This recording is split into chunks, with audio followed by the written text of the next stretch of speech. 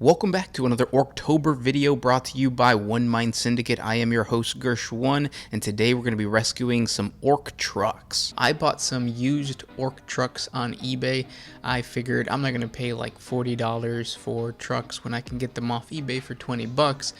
They were missing a lot of parts, but I figured they're orcs. I have a bunch of bits. I bet I can kit bash them and create some really cool looking trucks that are my own. However many years later, I still haven't done that. And then recently we started a crusade with the Sound Alchemist and a couple of other friends, and I thought this is an excellent opportunity for me to revisit these trucks that I've been using on the battlefield for so long that just look absolutely trash, and actually start to build them up and kit bash them like I wanted to from the beginning.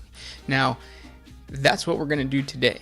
The first thing I needed to do is to create the gunners that are missing from the two orc trucks. To do this, I went into my bits box and pulled out 2 orc torsos.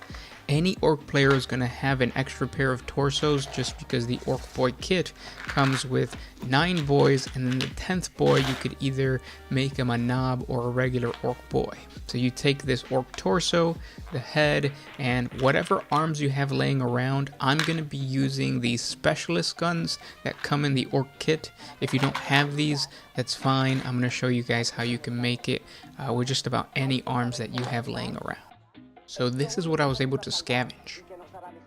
Now, obviously, this arm does not fit with this gun, but what I'm going to do is I'm going to glue this on here, and then this arm is going to act as if it is holding on to the base. Because if you look at the original boy, one arm is on the gun and the other arm is above the gun, but you could also have this arm holding on to this thing.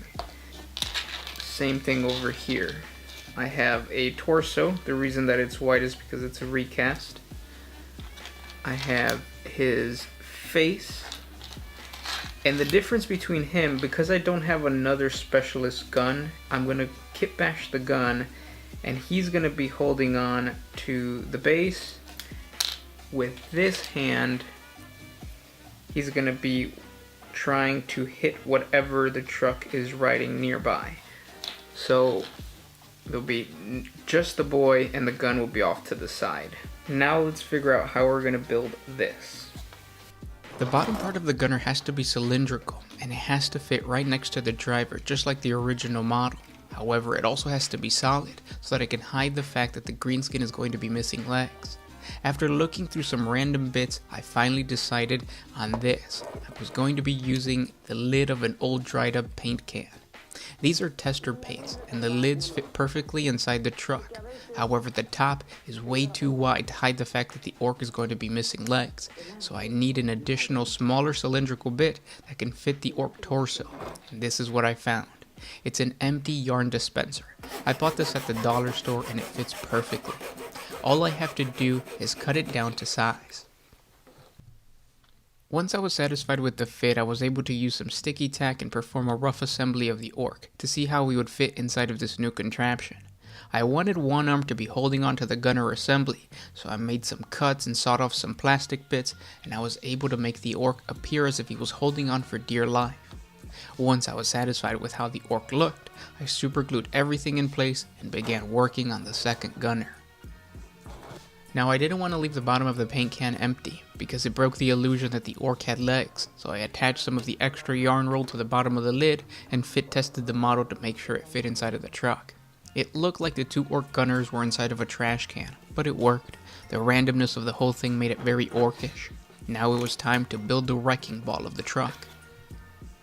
The thing I had to keep in mind about the wrecking ball was that it's an upgrade to the orc truck, and I almost never use it because I can't justify the point cost. But in Crusade we play with power level, and I can get the wrecking ball for free, so I have to scratch build a removable weapon. Luckily for me, the tester paint tin is metal, which means that I can attach the entire build with a simple magnet. In order to create this wrecking ball, I used a popsicle stick and I cut out a square that would act as the base of the entire arm. This is where I would glue the magnet. Once that was done, I cut a 3 1/4 inch by 1/4 inch rectangle out of the same popsicle stick, which was gonna act as the arm bits. Two of these rectangles would get a 45-degree angle, which would later be glued on to the opposite side of the arm base, the one with the magnet. On the other side, I drilled 2 holes. This is where I would feed a toothpick and pin a third wooden rectangle to create an arm hinge. Once everything was in place with the arm, I glued the arm to the base like so.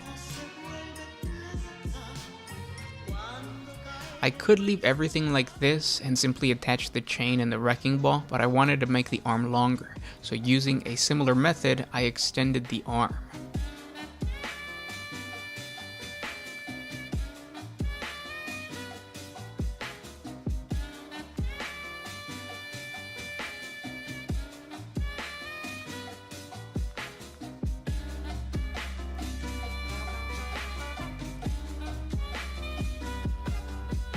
The good thing about this is that the resulting end bit would be perfect for feeding the chain at the end.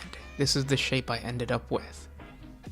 Now, using a random screw I took off of a broken printer, I glued it to the end of the base to act as the chain spool. Now it was time to feed the chain through the arm. Once the chain was fed through, it was time to create the wrecking ball. If you can't find a spare marble or any circular bit, you can always make your own out of toilet paper, glue, and water. It's a classic paper mache wrecking ball. I glued it to the end of the chain and I added some spiky bits to it. I only did this to one wrecking ball because I didn't really like how the spiky bits looked. When the entire arm and the gunner is dried, meaning that the wood glue is finally dried from the arm bits, I primed the entire model black. As you can see, the third gunner got a different wrecking ball arm. I was testing out different methods. That one used actual bolts and screws. It wasn't worth filming. It actually came out pretty shitty. Now, originally I was going to prime the entire models black and repaint them, but looking at the color scheme and just looking at how dusty and old and war-torn they are, I'm going to leave it as is, because I'm the one who actually put the yellow on there. I bought these guys from eBay and I think they were already primed black, so I'm just going to leave the paint job as is. I'm just going to pick out the details with the gunners and the driver, but the rest of the truck is going to stay as is. Maybe do a little bit of highlighting here and there, but it's pointless for me to showcase that. I have other videos on the channel that show how I paint stuff. Until I design a new method, I probably will just skip over this step from now on. Now, 2 of the 3 trucks are missing wheels, but I'm not going to be adding those. And the reason for that is the lore of the Ork trucks. These are not supposed to be uniform. Each truck is supposed to be unique. So leaving them without wheels and making them all unique is the Ork thing to do. I hope this video inspires you guys to go out there on eBay or Facebook Marketplace and buy some raggedy looking models and rescue them.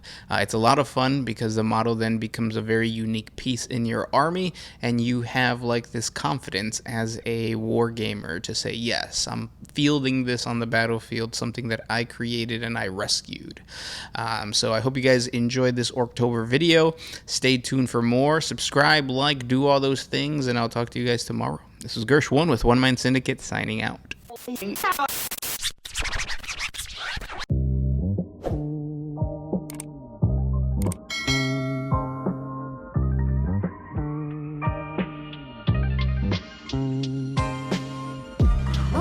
used to put my freedom first in any situation. I knew I never had that much to lose.